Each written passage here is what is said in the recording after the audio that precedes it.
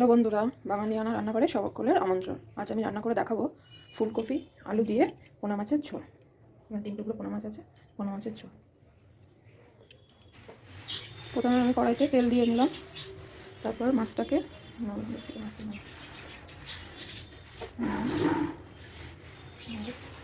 হলুদ গুঁড়ো,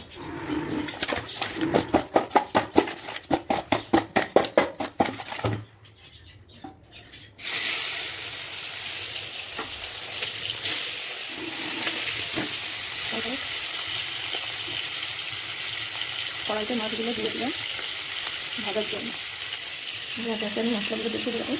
প্রথমে পেঁয়াজ, লঙ্কা, টমেটো কুচি আছে, আদা বাটা, নুন, হলুদ, এই পাঁচফোড়ন, নুন, লঙ্কা গুঁড়ো, হলুদ আর এদিকে ফুলকপি আলু।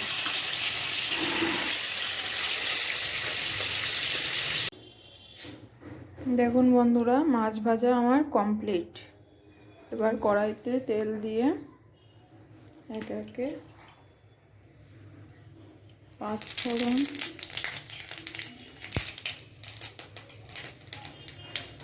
পেঁয়াজ,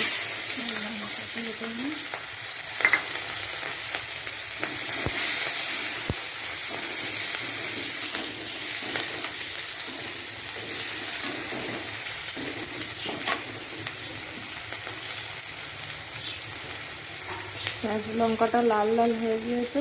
এবং আমি ফুলকপি আলুটা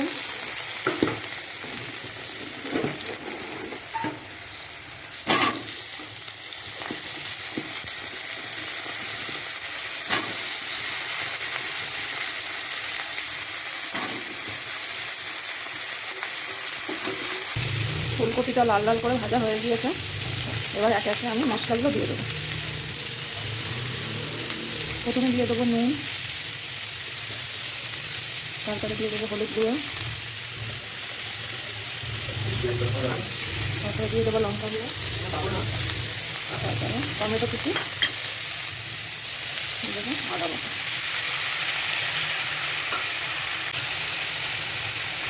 সব মশলাগুলো একে একে দেওয়া হয়ে গিয়েছে। এবার আমি ভালো করে কষে নেব।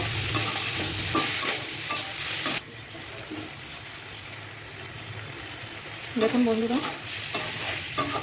ফুলকপি আলু কষানো আমার রেডি। এবার অল্প পরিমাণে জল দিয়ে দেবো।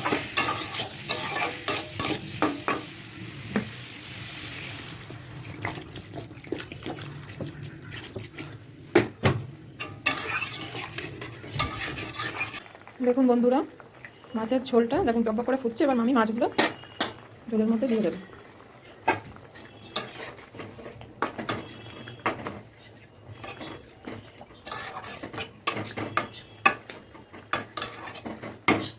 এইভাবে রান্না করে দেখবেন। শীতকালে সবাই তো ফুলকপি খেতে ভালোবাসে। ফুলকপির ঝোল, ফুলকপি দিয়ে মাছের ঝোল, কিংবা ফুলকপি আলুর তরকারি, ফুলকপি দিয়ে পকোড়া।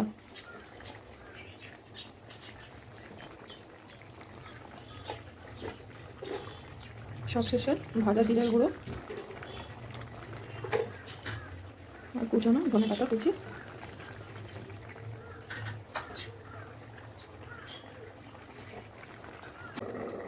5 মিনিট হয়ে গেছে বন্ধুরা।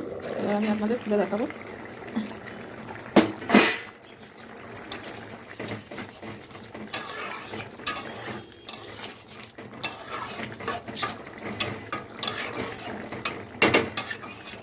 ফুলকপি দিয়ে পোনা মাছের ঝোল রান্না আমার কমপ্লিট।